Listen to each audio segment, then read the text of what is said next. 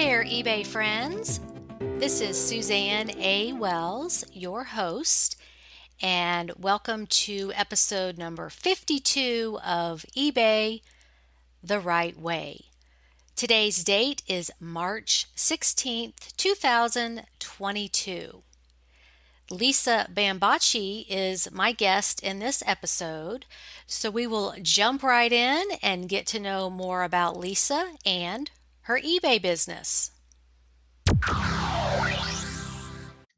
Okay, today we have Lisa Bambacci, and yes, I'm pronouncing that correctly after not pronouncing it correctly a few times. With us, how you doing this morning, Lisa? I'm very well, thank you. Good. And where are you located? I am in central New Jersey. Okay. Yeah. Okay. And you said that you do eBay part-time? I do. I have a full-time job. I'm a hairstylist. Oh. And yeah, I love your hair, by the way. Oh, thank you. So here's the question you probably get. How much for a trim? Well, and where I work in Edison, New Jersey, it is $50. It probably varies, location where you are, what the average price is, but it's $50 for a women's trim. Well, and that's a joke. I had a friend who was a hairdresser when I was like 20 something. And she said that was the most annoying question because you have to do as much for a trim as you do for a regular cut. It's not like it's going to be so much cheaper. It's so people would say, "Hey, Donna, how much for a trim?" And she'd say $100. I mean, and that was back when haircuts were probably $10. This was in the late 80s. So I'm sure you get peppered with questions all the time. Oh, like, what would you do with my hair? And kind of all those things. Yes, sometimes. And what do you say? Come into the shop and I'll show you. Yes. Do you own the shop? No. I just work there. I don't run it. Okay. That's a stressful job. Yeah. Running anything and having employees or independent contractors or whatever you are, that's tough. I just show up. It's great. So I have free time. During early COVID 2020, was that business affected? We were shut down for 3 months. Oh. And then, yeah. And then, which gave me a lot of time to work on my eBay. Okay. I went through my entire death pile, and then I posted on Nextdoor, the Nextdoor app, and started collecting bags. People were cleaning out their closets because they were home. So that was a good time. So that good for you for taking advantage of that. A funny story about hair salons closing, and I'm sure this happened everywhere, but you get to the point where I need a haircut. I just need my color done. And some of us are too scared to do our own. So on Facebook, I found this girl, friend of a friend, who she was the owner of her hair shop, but she moved everything to her finished basement and set up a shop down there. And it was like, this secret speakeasy clandestine hair thing. And I went, and it was so cute. It was just adorable. And she's like, yeah, I might just do it this way all the time. And I don't have to pay rent for my shop. But did you hear about that kind of stuff going on up there? Yeah, I heard of people getting their hair cut in driveways and garages so they could be open air. I have my own. I'm actually talking to you from my own little salon that I have in the house that's just for my family and my kids and a few friends. I wear enough hats. I'm not trying to work 24 hours a day, but I do have a little salon in the house. But I really didn't do anybody's hair because I didn't expect it to last 3 months. I figured you could wait. And then before you knew it, it was 3 months. And everybody's gray is down to their ears. And they're like, I guess I'm just going to go gray.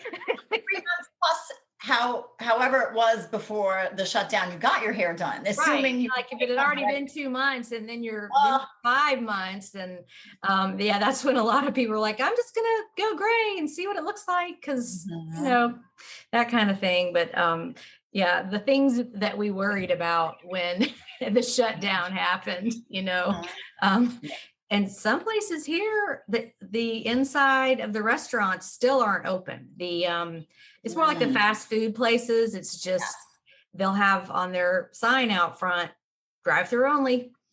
And I don't know if that's ever going to come back. Doesn't really affect me because if I'm a drive-through only kind of person anyway. But I don't know. I don't know what normal is going to look like when we get to the endemic and it's over. I don't know. I don't know what normal is going to look like. Well, thank God the thrift shops are open and in person, and we can still do that. And the hair salon, cutting hair, doing hair has never worked remotely, so we can't do that. So yeah. How's that? So when I go to these other places and they're curbside or, they have all these concessions, I'm like, well, how come some places do and some places don't? Like we don't social distance when we're doing hair. I mean, if there's a will, there's a way kind of thing. Just like you do the drive-through for your pet vaccinations or now for human vaccinations. It's like, just stick your head out the window and let them trim your bangs and you're good to go. Yes. Yeah. Oh, I just saw something else that was drive-through this morning. I said, they're still doing that curbside. Oh, I forget what it was. It'll come to you. Ash Wednesday, they're doing drive-through. That's right. Yes. I have seen that. I had lunch with a friend last week and she was talking about that at her Methodist church. They're like, they're not having the service. It's just, you just drive through and what's the blessing or whatever. Yeah, whatever it's called, where they put the ashes on your forehead. I'm sure there's a technical word that I don't know. And it's like those drive-through wedding chapels in Vegas and everywhere. It's just, you don't have to get out of the car. Yeah, it just cracks me up, but it's all good. No, let's talk about your eBay now that we got all the hair salon stuff out of the way. And listeners, you could email your questions to Lisa. If you have more, if you want styling tips. That I'm sure people started blogs and stuff, pandemic styling tips. How to do it yourself. There was a lot of that on YouTube. Anything really how to do it yourself. So it's just funny how things evolve. But okay, so let's go back to how you got started on eBay. I started selling about 10 years ago when my ex-husband had a work injury. He wasn't able to work full time or go back to work. He had downtime between surgeries and, just to make ends meet. And I think my children were 5 and 7 around then. And one's a girl, one's a boy. They were growing so rapidly that I started selling their clothes. Okay. Now, how old are they now? They're 15 and 17. Now. Okay. So the boy probably just was growing out of his clothes so fast you couldn't keep them on him. Right. Okay.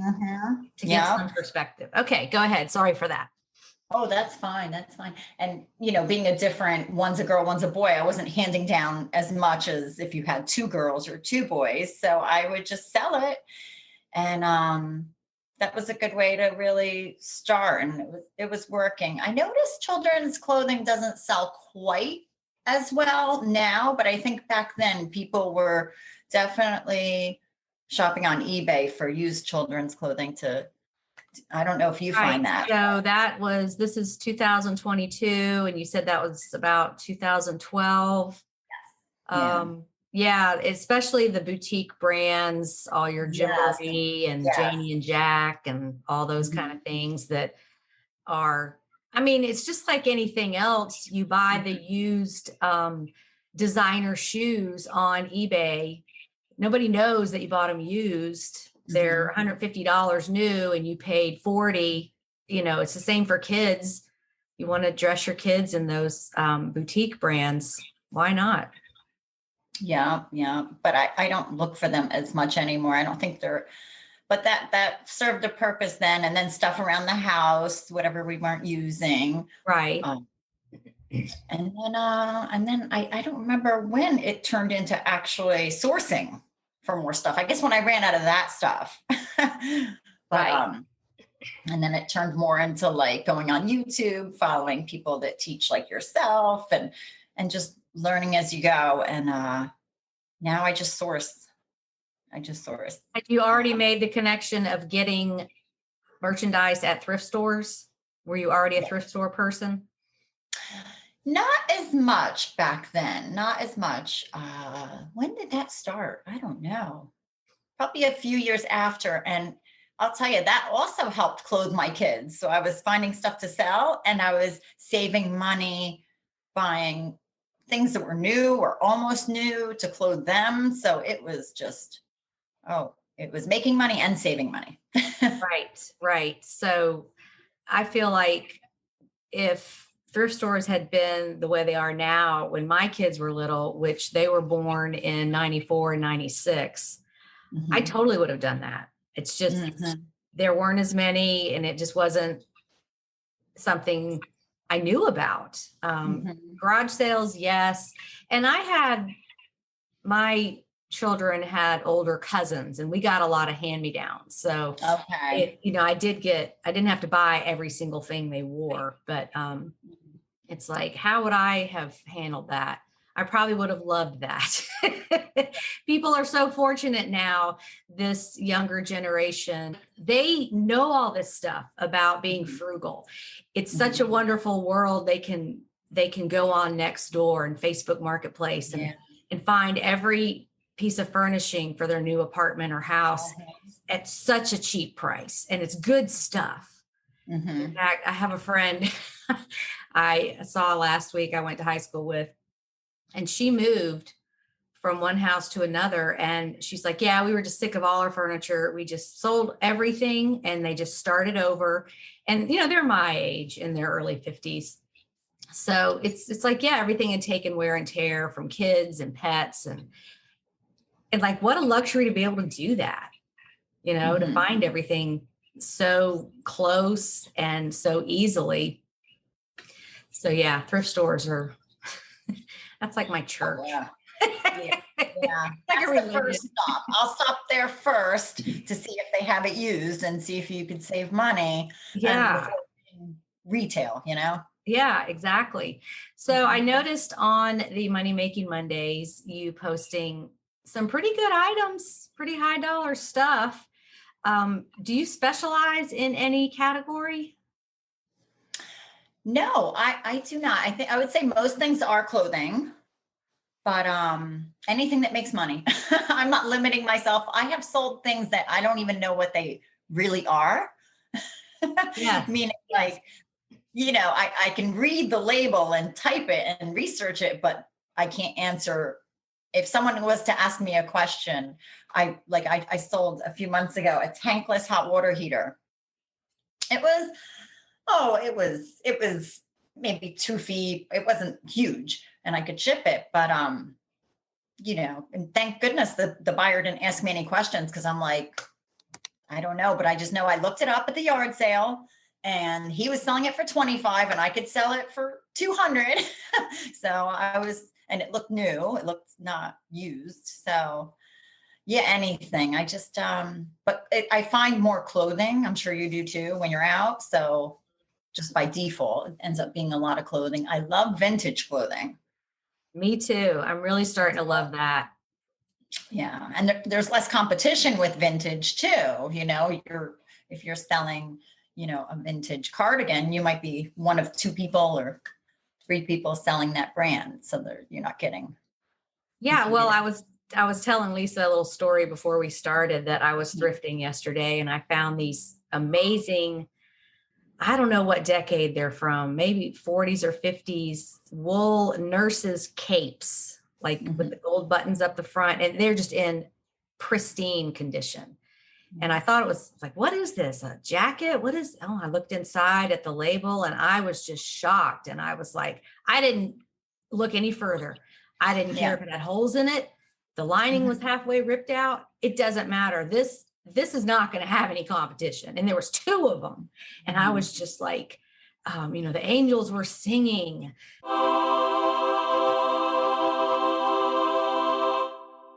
That kind of find where you just know.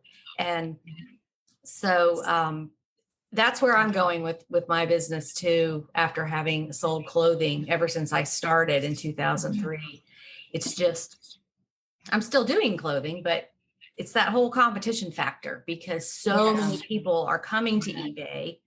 As many are leaving though, because I get this all the time with I'm quitting my eBay. I'm tired of it. How do I sell all my stuff off? What do I do? But just, it's the competition. So I don't want to sell Nike sneakers. I don't want to sell Levi's jeans like the current ones. When you have that truly rare and unique item, you don't have to do promoted listings. You just price it and wait. All you really invest is some time and patience waiting. But what type of vintage clothing do you like working with? Well, my favorite is finding Oshkosh. So that I don't enjoy some children's clothing, but I will make an exception for that niche, which I definitely heard you talk about, like the overalls, the made in USA, vintage Oshkosh and things like that. Have you found those frequently? I find them in spurts. I guess people will hold on to them and then donate them all at once. So that's exciting when you can pick up a few at a time. But no, then it's a few months before the next time because they are so rare. And what's your highest selling price on the Oshkosh overalls? Oh, I think I had a strawberry. It was a chambray. It had little strawberries on it. So it was a little girl. It was a dress. So it wasn't like overalls. It was an overall dress. That might have been like 150. I don't remember. Maybe I accepted an offer. I think I was asking 175, but hey, I'll take 150. You probably got it for 50 cents. Yes. Children's clothing is so cheap. Yeah. And, so that was in the BOLO books. That's one that is easy to see. You don't have to look through every piece of clothing. If it's, on a rack, on hangers, obviously if it's in a box at a garage sale, you have to look through it. But it's my understanding that those are popular with the, I guess, millennials, because that's what they wore as children and they want their kids to wear it. And it's considered festival clothing. They like to dress their little kids in the vintage Oshkosh, and then they go to these outdoor events, and somehow it's tied into that. But the ones with the cherries and the strawberries, the patterns are the high dollar ones. And it's so weird how that works. Like the plain ones probably sell for okay, but no, they want the patterns. Yeah. Go figure. Yeah. So on Instagram, I followed a few people that sell them, kind of like, I guess, so I can get to know the trends. And I don't even know how I search them. Maybe I, that tag Oshkosh. I'm not great on Instagram, but I try and I do okay. But so I follow a few people that sell them. So maybe they're the buyers buying from us and they're reselling, and it just keeps you in the loop of what to look for. And it's very helpful to find an influencer who knows what they're talking about, who really knows their topic, and follow them, because they have all those details. And you can just learn what to sell, but when you know why something is selling, it just, for me, it helps me remember it more, like why people want this thing. Yeah. And you're just curious sometimes too. You're like, what the hell? Why is this? Like what do they want that for? And why not the denim one? And I don't know. But so, and it is the girls stuff more so than the boys, probably because there's more of it. So that's interesting. Okay. And what else do you look for, or do you like selling? Well, I like hard goods better. They're just faster to list and no measurements. I love finding old perfumes. They're just right. just things that are unexpected. I don't want to go in somewhere in a estate sale and compete with everybody and buy video games. I want Right. to go the radar and get something, um, that people just wouldn't expect. Like Plush. I love selling Plush, and it shocks me sometimes selling certain kinds of Plush. What's your I picked highest Plush sale? I think it was the Build-A-Bear Wizard of Oz collection. Oh, I think I remember seeing that. Yeah, yeah. I put it all together, and what that might have sold for 200. It might have been 4 or 5 characters. Because I'm so busy. I go for the I say the quick nickel, not the slow dime. I kind of Yeah.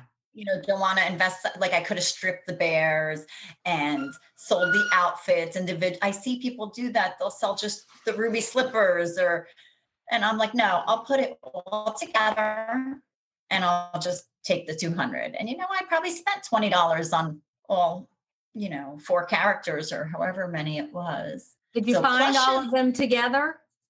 I did. It was an estate. The grandmother passed away, and I guess they just couldn't keep everything. So, okay, of course. Yeah. Some people wait until they find all the parts of something before they list it. They want to list a complete set. So yes. I do not have the patience for that. I know.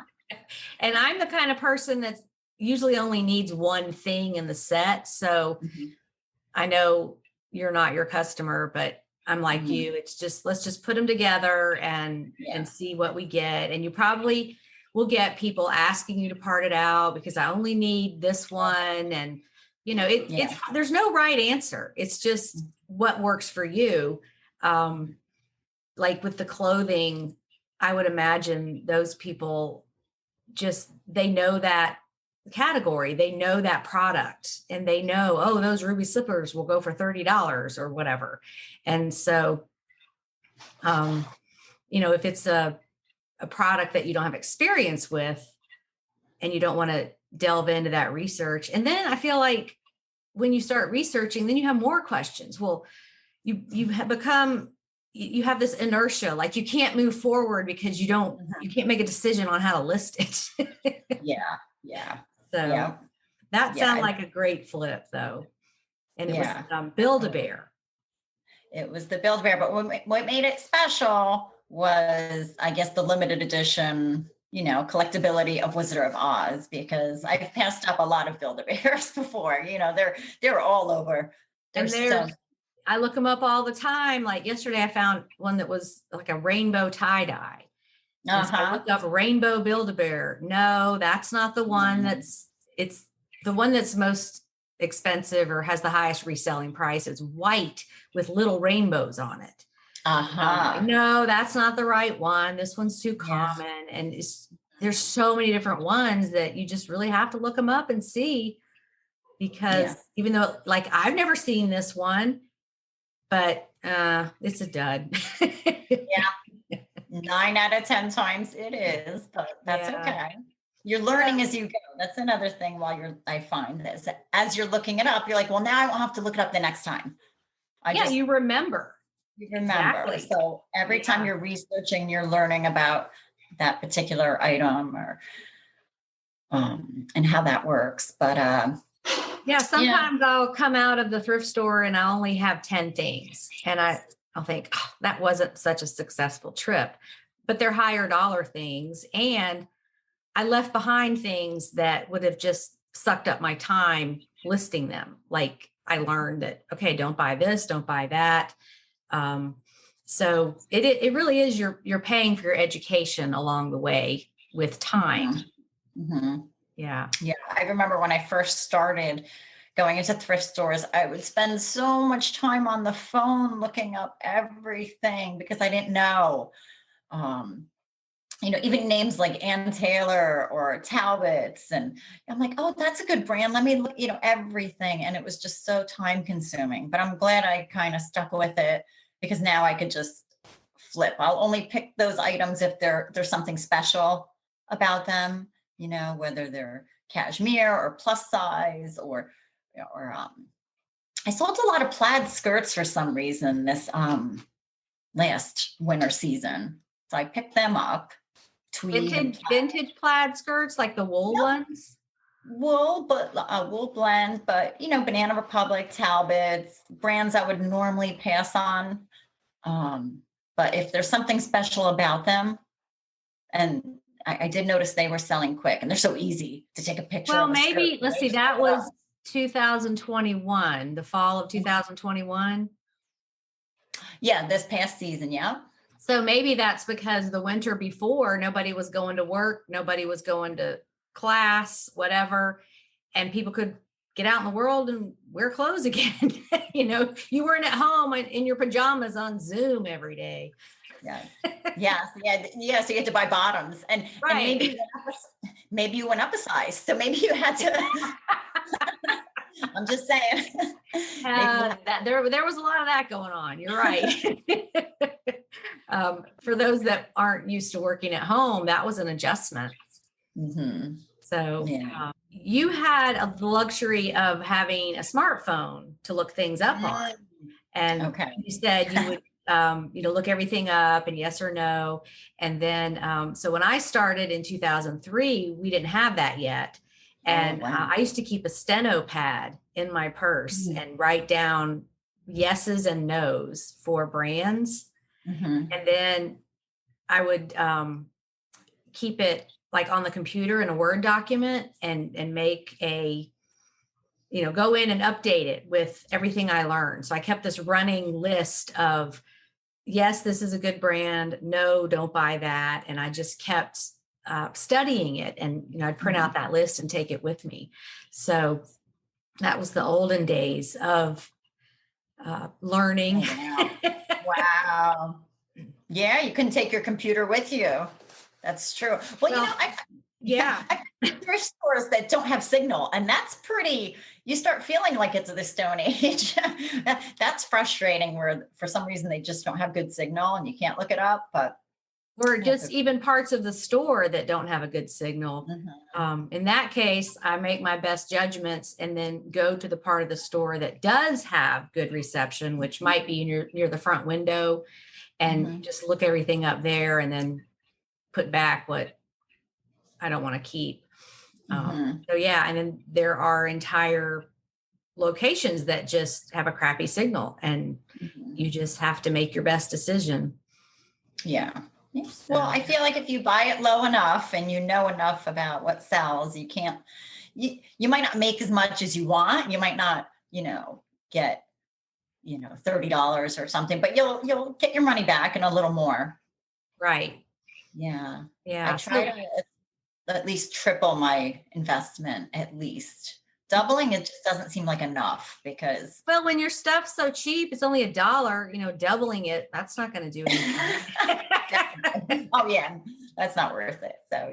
So yeah. I look for a certain selling price. Like obviously if I pay $10 for a really nice coat, I want that to sell for 50 or more. So it's worth my time. But it was crazy at that store I went to yesterday. I hadn't been there probably in 10 years. And their pricing was just all over the place. Like they had $15 on an Under Armour hoodie, but right next to it was a vintage Ralph Lauren cashmere sweater for 99 cents. Oh my goodness. And, it wasn't like a color sale or anything. That's just how they were pricing things. Wow. And all the Victoria's Secret stuff was marked really high. So I think they just knew what they can get in their area. And the vintage stuff was really priced low. And I was surprised. And I'm thinking, that's great. They're pricing for their clientele in that part of the town and all that. So let's go back to the fragrances, selling fragrances. What do you look for there, or do you just pick up anything?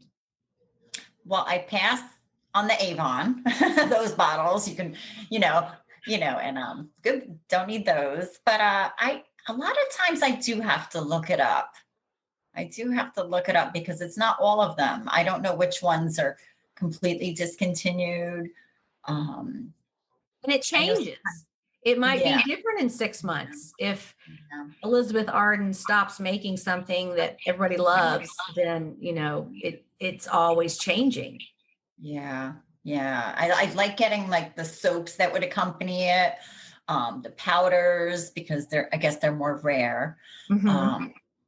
If they're still new, that's great too. But yeah, I almost have to look them all up. It doesn't have to be a designer one. I've sold like the cheap the Cody lines, Mm-hmm. but I guess because it was discontinued, it was desirable. I've sold them for, good money. So, I was going to say, I mhm. can't remember the name, but I found a mini one time. I mean, literally half an inch tall, mixed Oh, in with all the junk, like the office supplies. I don't know if somebody put it there or like a customer put it there or if it was there on purpose. So I looked it up and that sold for $100.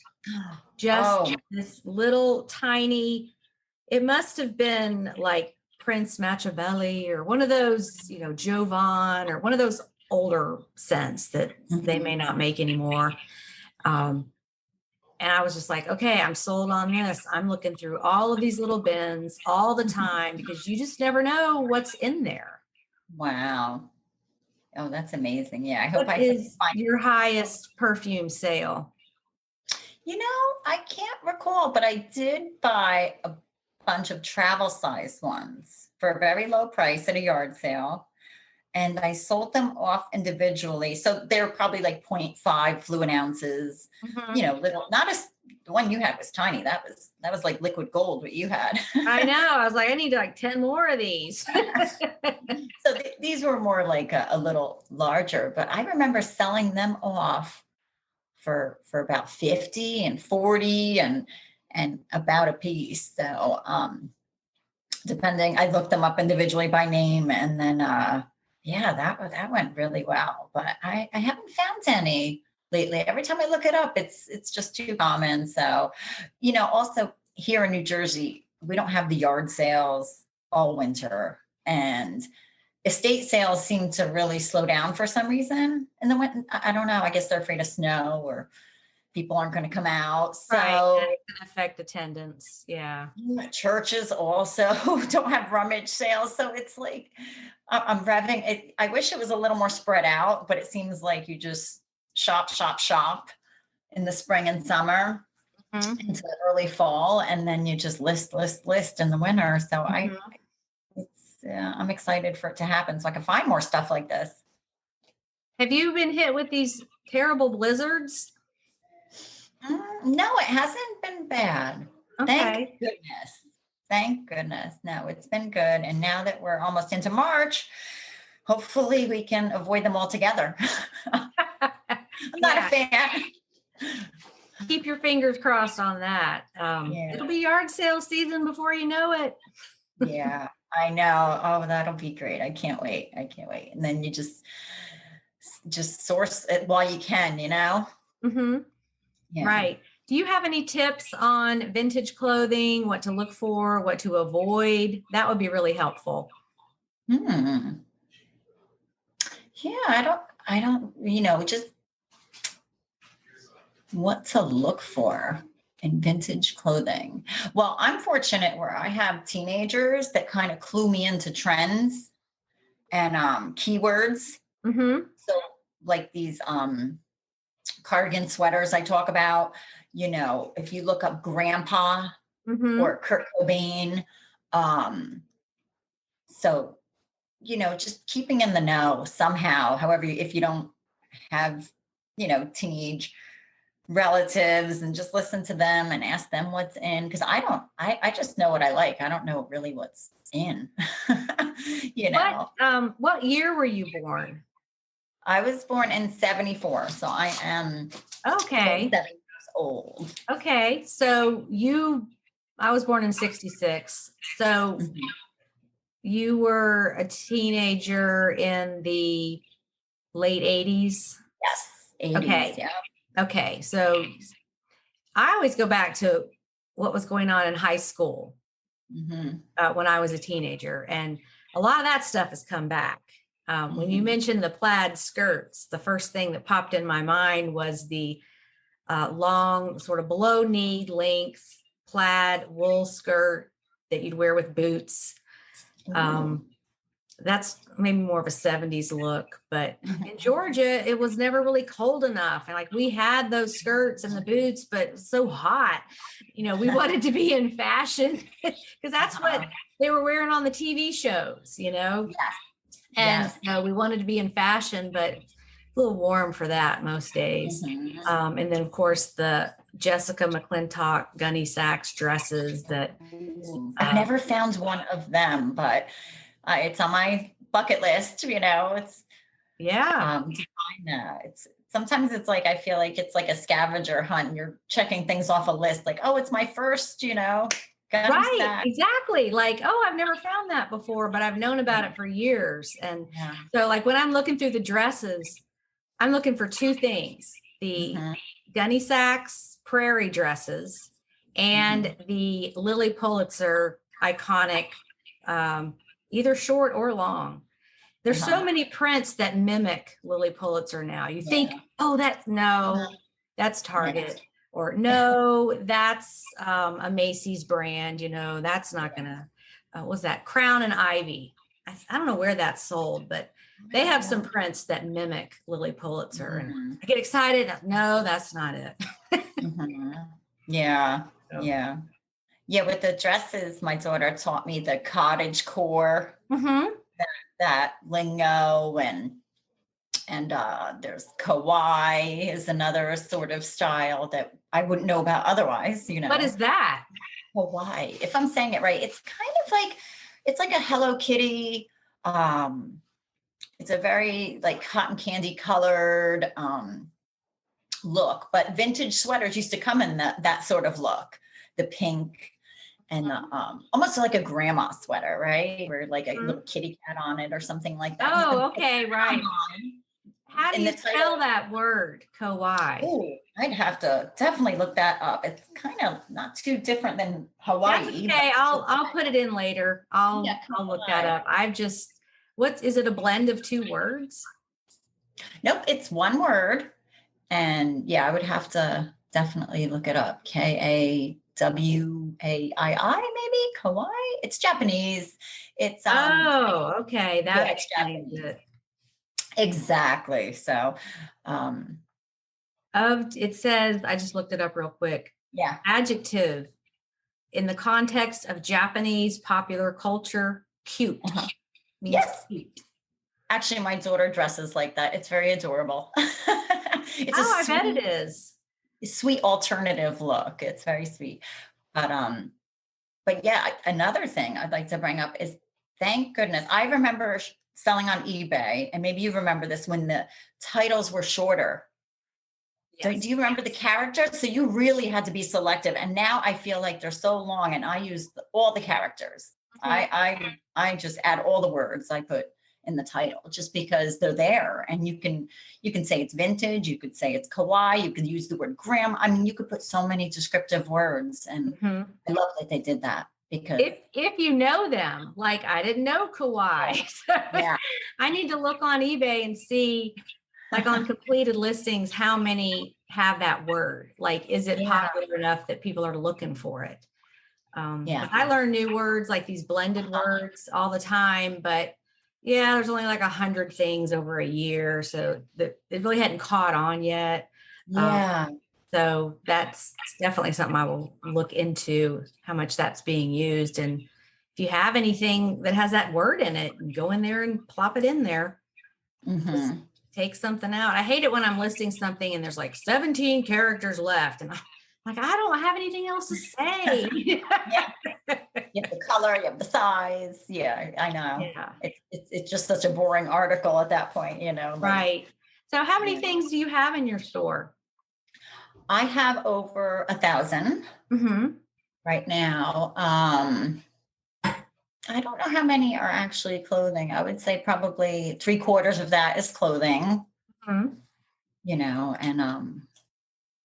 it's stored in my basement, and little bins, and kind of cataloged most of the time. Once in a while, I will miss the filings, adding that custom label that I'm supposed to add in. And I think it's time to do inventory now because 1,000's a lot. It is. Yeah. Yeah. That's the not so fun part of eBay, is when you have to do stuff like inventory check and taxes and just all that not fun Yeah. stuff. Well, you're already doing that with your other job. So on that job, are you employee or independent contractor? I am an employee. Mm-hmm.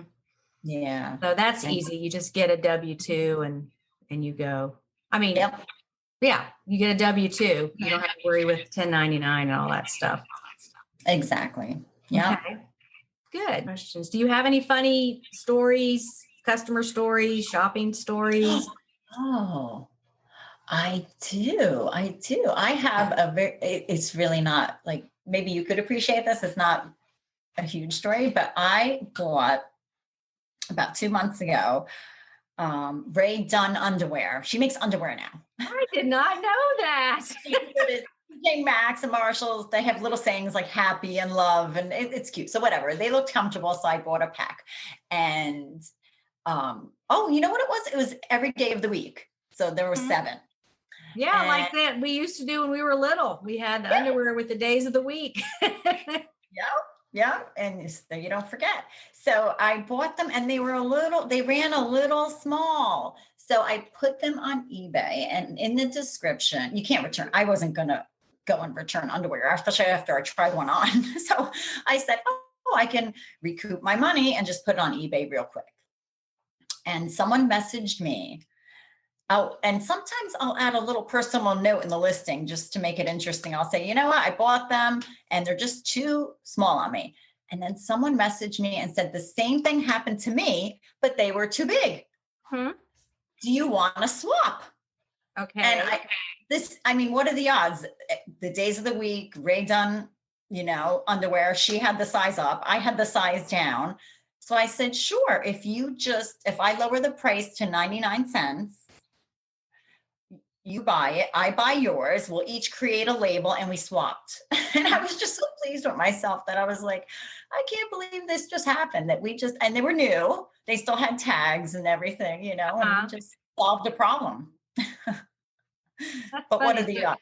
It wasn't a moneymaker. I mean, is that? Not really.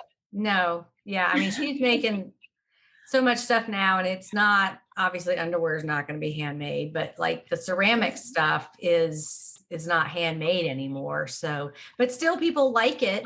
Somebody actually commented on a YouTube video, I think in January, I did my sales update and I sold a set of the 3 Ray Dunn mugs for $125. And they were just hard to find, and it was all 3 together. And it was just the perfect storm. So somebody commented that, why would people pay so much on eBay if this stuff is at Home Goods and TJ Maxx? And it's still, after all these years of reselling, it's still amazing to me that people don't realize not everybody can get everything from their local store. Like maybe their store doesn't have it. Maybe they don't have a TJ Maxx or a Home Goods in their town. It's not available online. It's sold out. All these reasons why the price goes up, because it's about supply and demand. So something that was recently made, let's just say salt and pepper shakers. I don't even know. I'm just throwing an example out there. And somebody wants those to match all their other Ray Dunn stuff, and their store doesn't have it. But you can go online on eBay or anywhere that has it and pay 3 times the retail price. And that's the part people that don't have a reselling mind, they don't get that. Yeah. Because it's about availability. And now it's even worse with all of the supply chain problems. Every time the grocery store is out of something, I'm like, what's the deal on this? And their standard answer is supply chain problem. And so those items become even more sought after if we're in a better position as an individual who can just walk to our basement, get the item, ship it out, and then that person has it. You know, we are more powerful in this situation than the big retail stores. Yeah. Yeah, because we have it in hand. We have Exactly. it in hand. We have it in hand. I know mechanics were ordering parts from eBay. You know, HVAC guys that needed, you know, a part, they would order from eBay because they didn't have to wait for their supply house to get stocked, which, you know, they were getting this indefinite time. Oh, it's back ordered. Well, you could be back ordered forever. Meanwhile, these people don't have a car or heat, so they would go to eBay because you have it, like you said, in hand. So yeah, we're living in a time now where anything in your inventory can magically and suddenly become valuable, more valuable than you think, because it can't be found anywhere. And you don't know that. Yeah. You know, you don't know until somebody just buys it or asks you, don't you have 5 more of these? And then you're like, okay, wait, why are they asking that? It must be short supply. So it would be impossible to reevaluate your pricing every day based on like what might be happening in the world. But this is happening where whether it's a collectible or whether it's just an everyday mundane item. Somebody sold some Tivana tea the grocery store had on clearance. I think they got them for maybe 50 cents a piece or something. And they were selling them in lots of 5 or 10 for $200. Oh, for this tea. It's just, this just happens all the time. It's so overwhelming to try to know everything because you just can't. Yeah. Now, do you remember on one of your threads, the floss? Yes. Oh, how could you forget? It was like a pack of floss.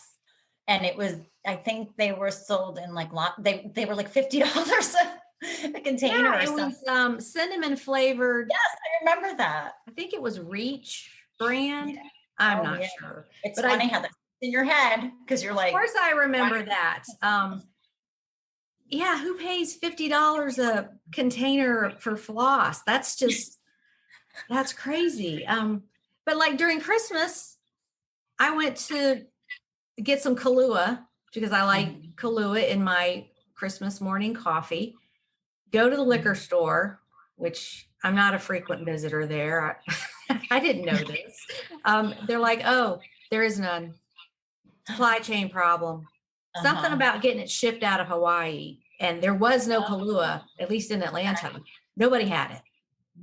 And then I went to the grocery store and my friend in Greenville was like, oh, we don't have Crispix anymore. The shelf is empty. Crispix cereal, which is Kellogg's, I think.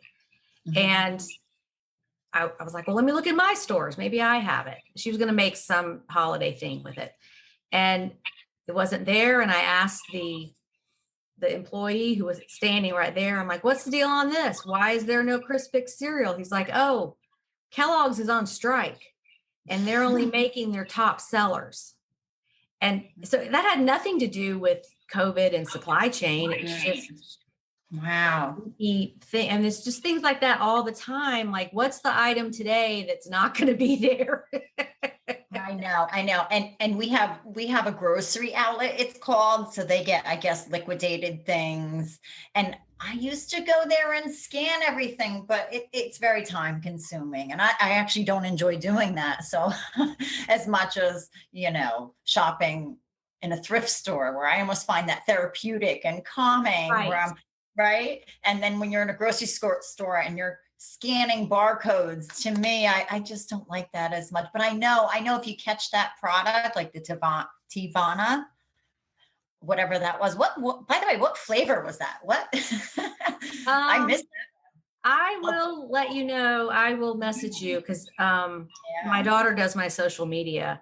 And so I saw that pop up last night. I was like, what? Tea? Yeah. Well, I mean, you remember the bleach pens. Yep. That was just a fluke that same thing. My friend was like, oh, I can't find these anywhere. And that's the magic words for me. I can't find this anywhere. And so yeah, you hear that and you perk up. And it's like the automatic shower cleaner. Right. The scrubbing bubble shower cleaner. The refills. And I actually sold I wish I had many more of them. I only had 3. That's always how it is. You wish you had 100. But Grecian formula, Right. hair color, I sold those for, it must have been $80 a box. I think I don't know, but Yeah, and not only it wasn't like they sat.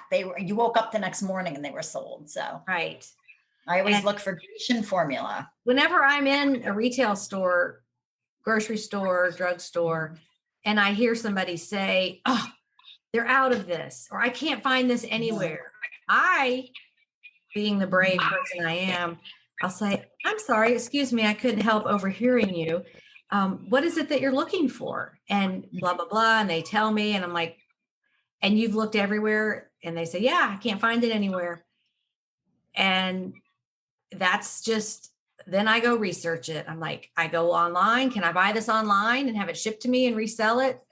You know, you have to be in tune with what's going on around you.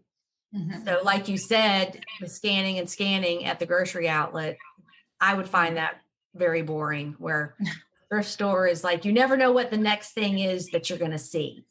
And they usually play pretty good music, and it's a meditative experience for me. Oh, and the workers seem to be friendlier. I think the charity ones, especially, just by nature, if you're a volunteer, you're usually a nice person and good name. So you go in, they're like, "Oh, hi," and it's pretty pleasant, I find. Yeah, I go to this one church one, and they always say, the little ladies say, "Is there anything you're looking for?"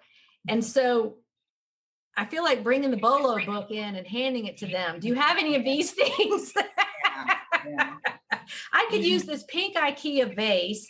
I could use this baby Morgan blanket, on and on and on. Like, don't ask me that question, because I'm going to tell you. Yeah, absolutely. Yeah, the Birkenstocks and all that stuff. You just hope, some of the stuff that gets donated, they probably use their discretion and they don't put out. I mean, Goodwill seems to put out everything. That's why they're so big and overwhelming. But these little stores, and I'm just hoping that they aren't throwing away the wrong things because they're old. Meanwhile, it's vintage. That's a good thing. But well, they are throwing away the wrong. I know. I mean, well, you just hope it's nothing good. Well, I can't go there because it just makes me sick to think what is in the landfill under slime and sludge and dirty diapers and dead bodies or whatever's out there. I'm sure there's all kinds of treasures out there. Yeah. Well, I'll tell you what, I feel like resellers like us, we're kind of like a rescue for these things. Like, you rescued those nurses' coats. Someone might not have saw value in them and just tossed them, or they would have been turned into rags, and it's gonna find its way to someone, because that'll sell pretty quick, I think, pretty quickly. Well, and when I saw those, I thought, oh my gosh, what is this? Was this a drama club? Was this somebody's personal item? And if this got donated, what else did this person have that got donated? Did they die and this is all their stuff? I am going to keep looking, because if that's the case, if it all came from the same person and these are in such pristine condition, there's no telling what else that person donated. Yeah. And they didn't have moth holes in them or anything? No, I think they must have been. Wool. I always look at the wool that's vintage, and very often you find little moth holes, and it kind of ruins it. Oh yeah, for sure it does. But I was thinking, well, even if these did have little holes, if this was used for a drama or theater piece, the audience is far enough back where they're not going to see it. If it's going to be used for a photo shoot or on film, those flaws would show. And that's why I'm always thinking, could this be used for drama or theater or whatever? Because there's a distance between the stage and the audience, and the minor things. I mean, that's why they have to wear so much stage makeup, so they'll show up under those lights. But no, when I got home and inspected them, they must have been stored in plastic or, like a dry cleaning travel bag or something, because I just couldn't believe the condition. Oh, good.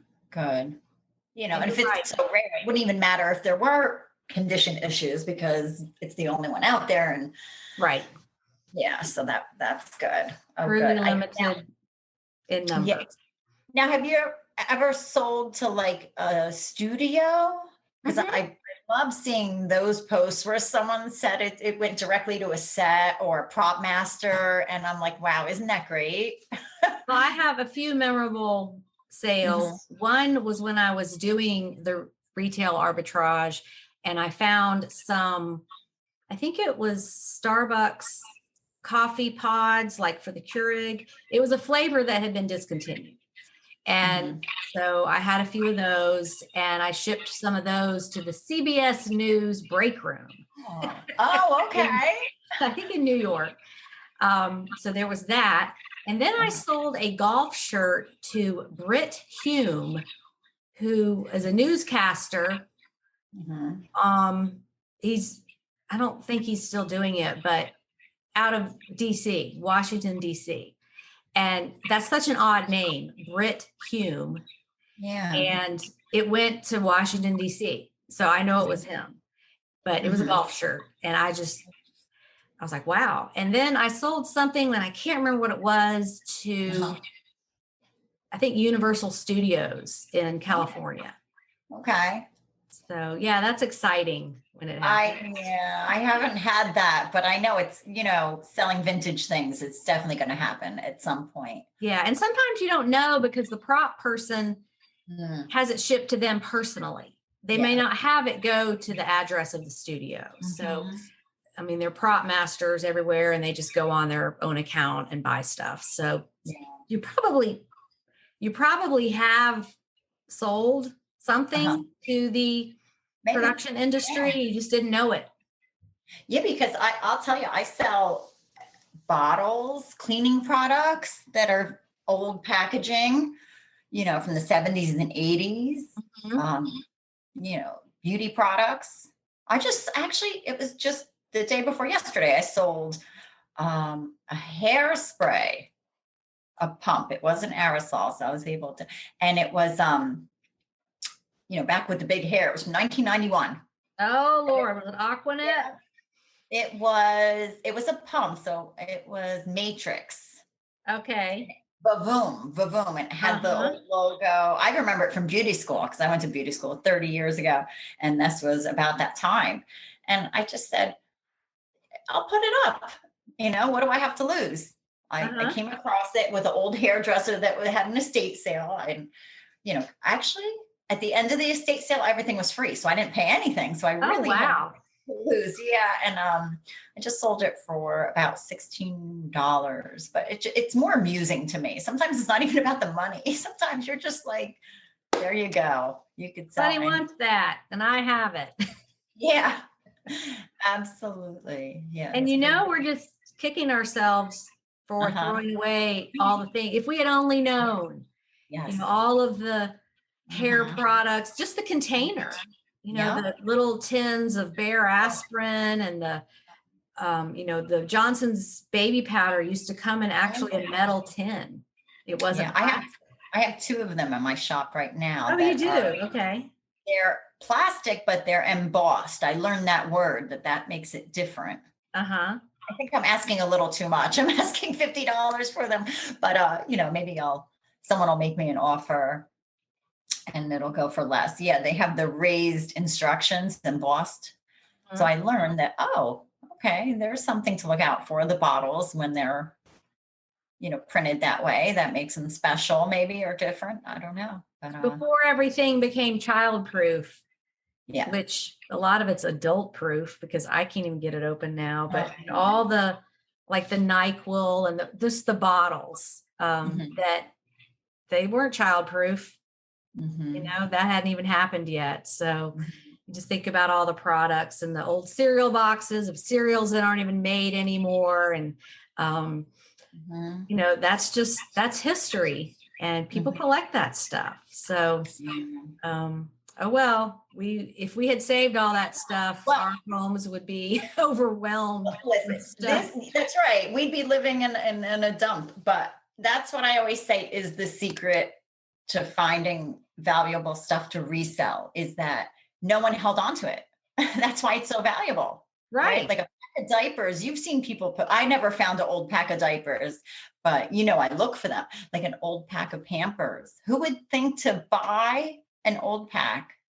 Like, we could have actually taken this one step further and actually sourced had we had a crystal ball. I know. It's like, I would have all bought be more retired. pickle deodorant and flicker razors and all those funny little products that were weird. Underwear. Yeah. Go figure. Underwear and but the things that people hold on to, the collectibles, the limited edition, precious moments, or the plates, or everybody held on to it because everybody said, oh, this is limited edition, and they're worthless because there's so many of them. So that's the irony, is that the things that are valuable are the things you wouldn't have saved, and that's why they are valuable. And it kills me. I go to estate sales and I'll ask, is the bathroom? And they're like, no, nothing. The bathroom's closed. We're not. They probably threw everything out from the bathroom. Yeah. They probably threw away that. I think it was Clairol made a curling iron. You put water in it and then you push the button and it was mist. And I was like, that was the coolest thing to use in high school, was that misting curling iron. And I think it was white and green. But yeah, those are valuable now. But yeah, if it says collectible limited edition, usually not worth much because everybody saved it. Yeah, I know. And people often will ask us, oh, when they find out you sell on eBay, they're like, oh, I have these, Budweiser Steins.